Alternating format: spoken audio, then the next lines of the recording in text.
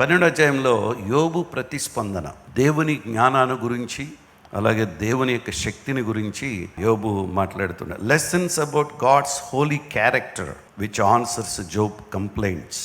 యోబు ఫిర్యాదులకు, యోబు చేసే ఆక్రందన లేదా వేదన లేకపోతే దేవుణ్ణి ప్రశ్నించటం, ఇదంతా ఎలా కనబడుతుందంటే గాడ్స్ హోలీ క్యారెక్టర్, పరిశుద్ధుడైనటువంటి దేవుని యొక్క పవిత్రమైనటువంటి ప్రవర్తన.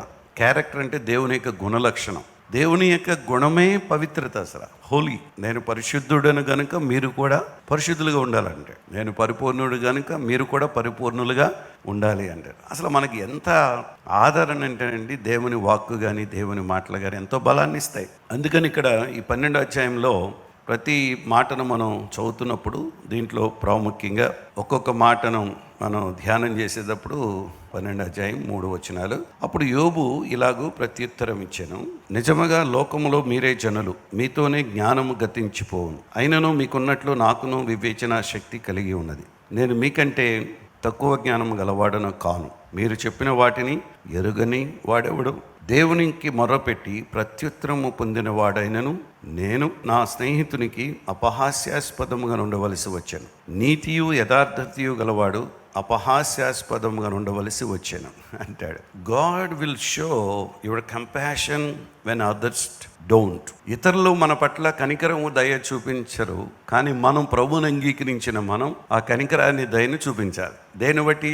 దేవుని బట్టి. దేవుడు ఎలా చూపిస్తాడో అలా మనం చూపించాలి అంటాడు. అంటే సానుభూతి లేనటువంటి స్నేహితుల యొక్క వ్యంగ్యంగా, హాస్యాస్పదంగా, కొంచెం తేలిగ్గా, వెటకారంగా, ఇవన్నీ స్నేహితులు మాట్లాడుతున్న మాటలు యోబుకి ఏం కలిగించిందంటే, ఇప్పుడు తన యొక్క స్థితిని దానికి స్పందిస్తూ ఇప్పుడు ముగ్గురి ముందు పెట్టి ఈయన మాట్లాడటం మొదలుపెట్టి, అసలు ఇంత ఓపిక ఎక్కడది? అసలు శరీరం అంతా అలా పగిలిపోయి ఉండే శరీరంతో, బాధతో అలా ఎంతసేపు ఉన్నాడు అని అంటే అది వివరణ లేదు. కానీ నేను అనుకుంటాం యోబు మొత్తానికి వీళ్ళందరూ ఇంటికి వచ్చి ఉంటారు. మళ్ళీ ఎక్కడో చోట ఆ బూడిదలోను లేకపోతే రోడ్డు పక్కన అలా కాకుండా ఓ ప్రత్యేకమైనటువంటి స్థలంలోకి వచ్చి వీళ్ళు ముగ్గురు మళ్ళీ సంభాషణలు లేకపోతే మాటలు కొనసాగిస్తూ ఉన్నారు. ఇక్కడ దీంట్లో నేను ఎక్కువగా గమనించేది ఏంటంటే, యోబు తన ముగ్గురు స్నేహితులు ఉపదేశాన్ని వాళ్ళు ఏ విధంగా హాస్యాస్పదంగా వ్యంగ్యంగా మాట్లాడారో ఈయన కూడా అలాగే కొంచెం తిప్పికొట్టాడు. అంత బాధలో కూడా, కష్టంలో కూడా దేవుని గురించి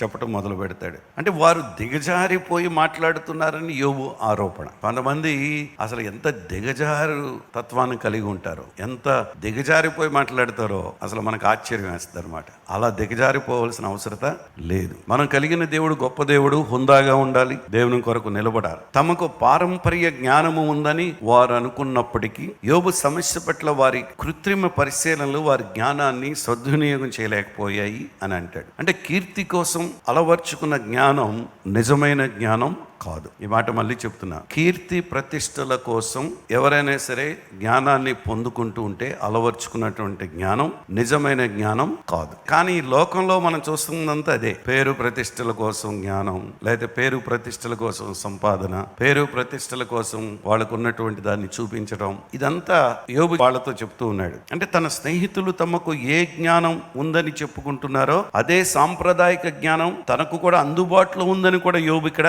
మాట్లాడుతున్నాడు. ఆ 4 వచనంలో ఇంకొక మాటలో ఏమిటంటే, తనకు వివేచన శక్తి కూడా ఉందని యోబు తెలియజేస్తున్నాడు. మనం గతంలో విన్నాం, జ్ఞానములో వివేచన ఉందా? వివేచనలో జ్ఞానం ఉండాలా? వివేచనలోనే ఏముండాలి? జ్ఞానం ఉండాలి. అది ఈ మధ్యకాలంలో మనం అందరం నేర్చుకుంటున్నాం పాఠం అని. ఎందుకంటే జ్ఞానంతో మనిషి ఎదుగుతున్నాడు, కానీ కొన్నిసార్లు అజ్ఞానిగా తీసుకునే నిర్ణయాలు లోకంలో ఎంత పెద్ద పెద్ద జ్ఞానము, గొప్ప గొప్ప వాక్చాతుర్యము కలిగినటువంటి వారు సైతము ఫెయిల్ అయిపోతూ ఉంటారు. ఎందుకు? విజ్డమ్ లేకపోవటం వల్ల, వివేచన శక్తి లేకపోవటం వల్ల. అందుకని జ్ఞానము అడగాలి, మనం వివేచన శక్తి అడగాలి, వివేచన శక్తితో కూడిన జ్ఞానాన్ని అడగాలి. ఆమేన్. అది పిల్లల కోసం ప్రార్థన చేయాలి.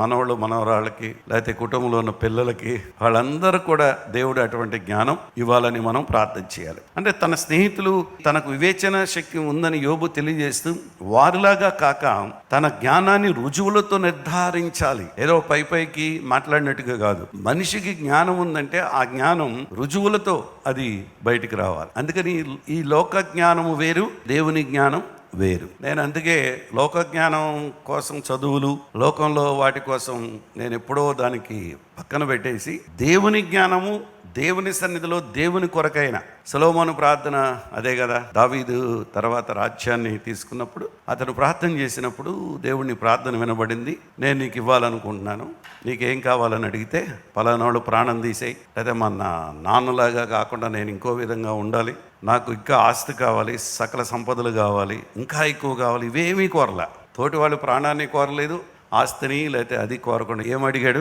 రాజ్యమును పరిపాలించడానికి కావలసిన జ్ఞానాన్ని దయచేయమని అడిగాడు. అప్పుడు దేవుడు ఏమన్నాడు? జ్ఞానముతో పాటు ఐశ్వర్యము సకల సంపదలు ఇచ్చాడు. అసలు భలే తెలివైన వాళ్ళు అండి వీళ్ళు.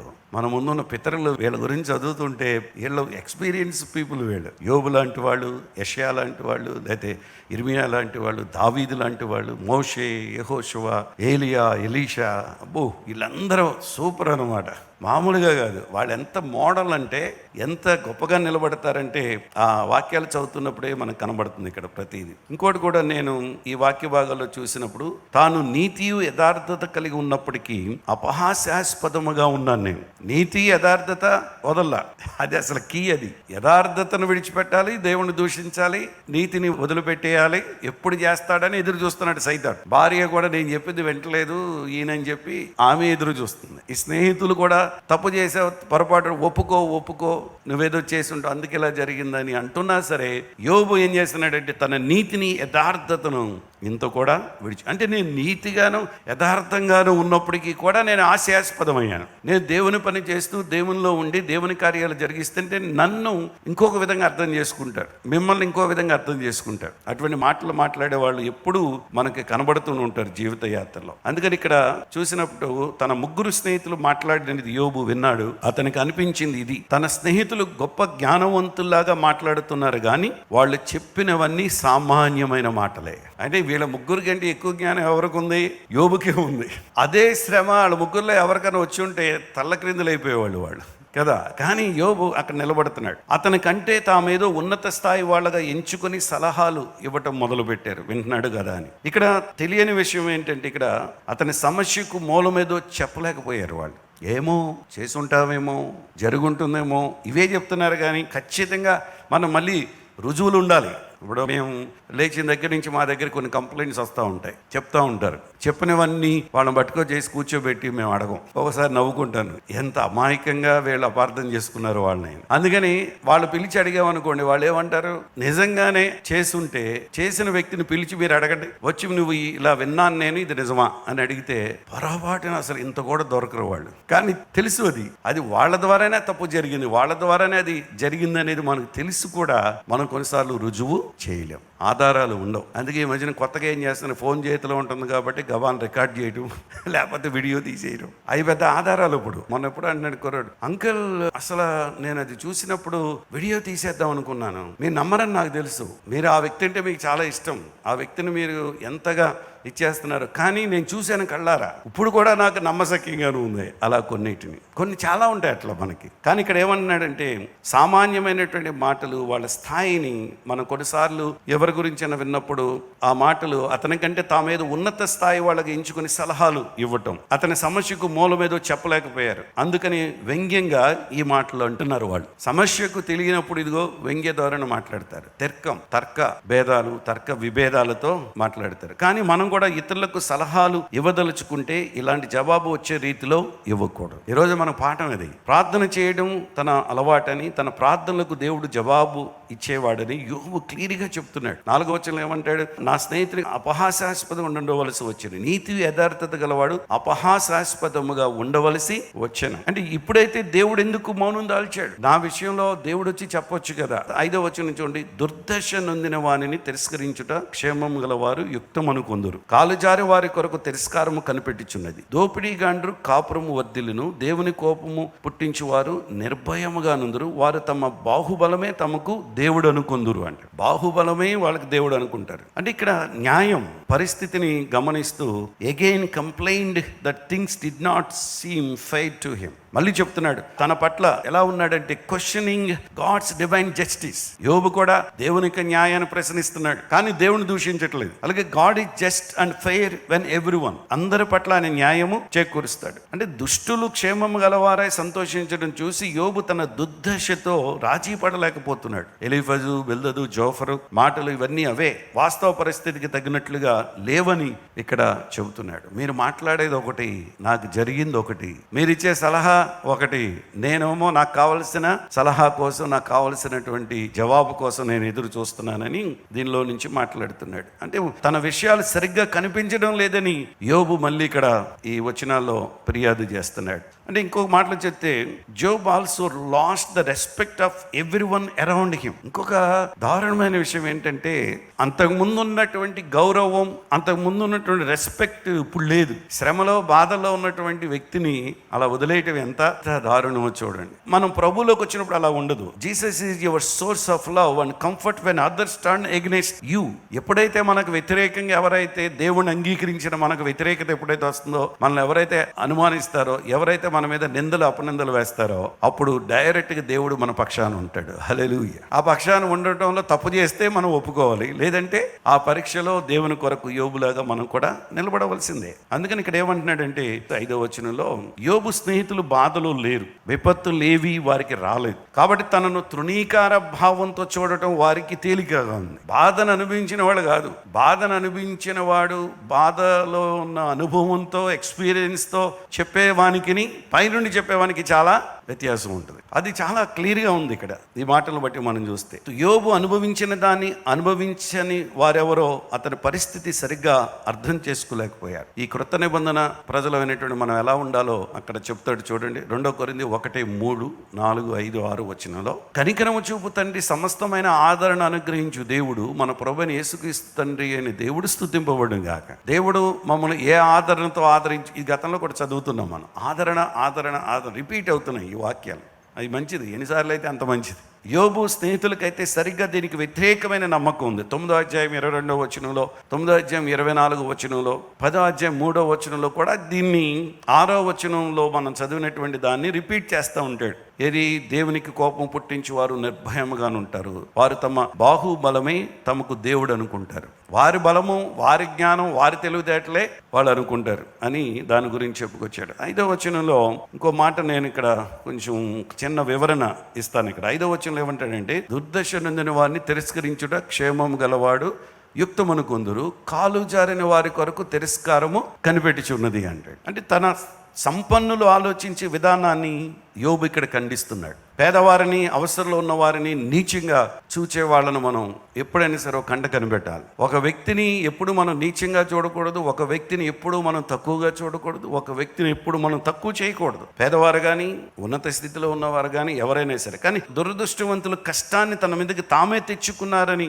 భావిస్తూ వీరికి సానుభూతి చూపన అవసరం లేదని సమర్థించుకుంటారు. ఎలా? వాడు తీసుకున్న గోతులో అలా పడ్డాడు, వాళ్ళు చేశారు, ఏది విత్తారు అది కోస్తున్నారు, అదే అనుకుంటారు చాలా మంది. వీళ్ళందరూ ఏమంటారంటే, వీరికి సానుభూతి చూపడం అవసరం లేదు, వీరికి తాము తెచ్చుకున్నారు, వాళ్ళంతటా వారు కష్టాలు కొని తెచ్చుకున్నారు. లేకపోతే స్వయంకృత అపరాధం ఇది, తెలిసి కూడా చేశారు. మనకు వస్తుందా? తెలిసి ఎప్పుడైనా జరగగానే వెంటనే అసలు మనం ఏమనుకుంటాం, బయట లోకంలో అయితే ఏమనుకుంటారు, తగిన విధంగా జరిగింది, వాళ్ళకి అలాగే జరగాలి అని వాళ్ళు అనుకుంటారు. మనం ఏమనుకోవాలి, జరిగింది. కానీ దీనిలో వాళ్ళకు ఒక పాఠం నేర్పించి మళ్ళీ తిరిగి నీ సన్నిధి తీసుకురా ప్రభు అంటూ మనం ప్రార్థన చేస్తాం. వాళ్ళకి అలాగే జరగాలి, వాళ్ళకి అటువంటి నష్టాలే జరగాలని భక్తులు, విశ్వాసాలు మనం ఎప్పుడూ అనుకోవడానికి వీలేదు, ఎన్నడూ అనకూడదు అని. మీరు అనరు, నాకు తెలుసు, ఎందుకంటే మీరు చాలా బలమైన ప్రార్థన, బలమైన నమ్మకం కలిగిన విశ్వాసులు మీరంతా. ఆ విషయంలో నేను చాలా గర్విస్తాను దేవుని సన్నిధిలో. మన సమాజస్తులను బట్టి, ఎన్నో సంవత్సరాల నుంచి భక్తిలో ఉన్న మీ అందరిని బట్టి, మీరు ఆలోచించే విధానం, మీరు ప్రార్థించే విధానం, మీ సహకారం, మీ సహృదయం, ఇవన్నీ చాలా అద్భుతం అన్నమాట. అదే సమయంలో తమ నీతి విశ్వాసాలకు మెచ్చి దేవుడు తనకు సంపదలిస్తారని భావిస్తూ తమ జీవిత విధానంలో క్షేమంగా జీవిస్తుంటారు. వాళ్ళ స్వనీతి పరులు అన్నమాట. స్వజ్ఞానము, స్వనీతి, స్వలాభాపేక్షతో నడిచే వాళ్ళందరూ అలా అనుకుంటారు. ఇక్కడ ఈ రెండు ఆలోచనలు మనం చూస్తే తమ మీదకి తామే తెచ్చుకున్నారు అన్న వాళ్ళను ఎన్నడూ మనం విడిచిపెట్టకూడదు. అక్కడ కూడా వాళ్ళకి ఏం కలిగించాలి? మనం వెళ్ళి ఆదరణ కలిగించాలి. దేవుని రాజ్య పౌరుల విషయంలో ఎందరో ఈ వాదనలకు విభిన్నంగా జీవిస్తూ ఉంటారు. 5వ వచనంలో ఆ మాటను మళ్ళీ కాలు జారిన వారి కొరకు తిరస్కారము కనిపెట్టుచున్నది, దుర్దశ నొందిన వారిని తిరస్కరించుట క్షేమం గల వారు యుక్తం అనుకుంటారు. అంటే మనం ఎవరిని తక్కువ చేయకూడదు. ఎవరిని తక్కువ చేయకుండా వాళ్ళకు కావలసిన విధంగా మన సహకారాన్ని ఎప్పుడు మనం అందించవలసినటువంటి వారమై ఉన్నామని ఈ మాటలను బట్టి మనతో చెప్తున్నారు.